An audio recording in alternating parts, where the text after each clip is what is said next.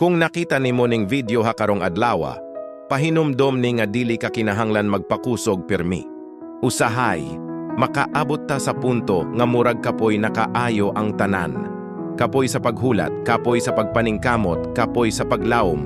Makaingon ka sa imong kaugalingon, murag mao na gyud ni. Pero paminawa ko karon, wala pa nahuman ang Dios sa imong kinabuhi.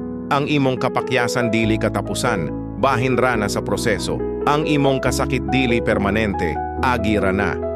Kung buhi pa ka, naapay tuyo ang Dios sa imoha. Kung ginhawa pa ka, naapay istorya nga isulat ang Ginoo. Ayaw undang tungod lang kay lisod.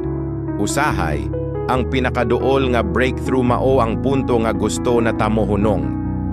Padayon lang, hinay kong kinahanglan.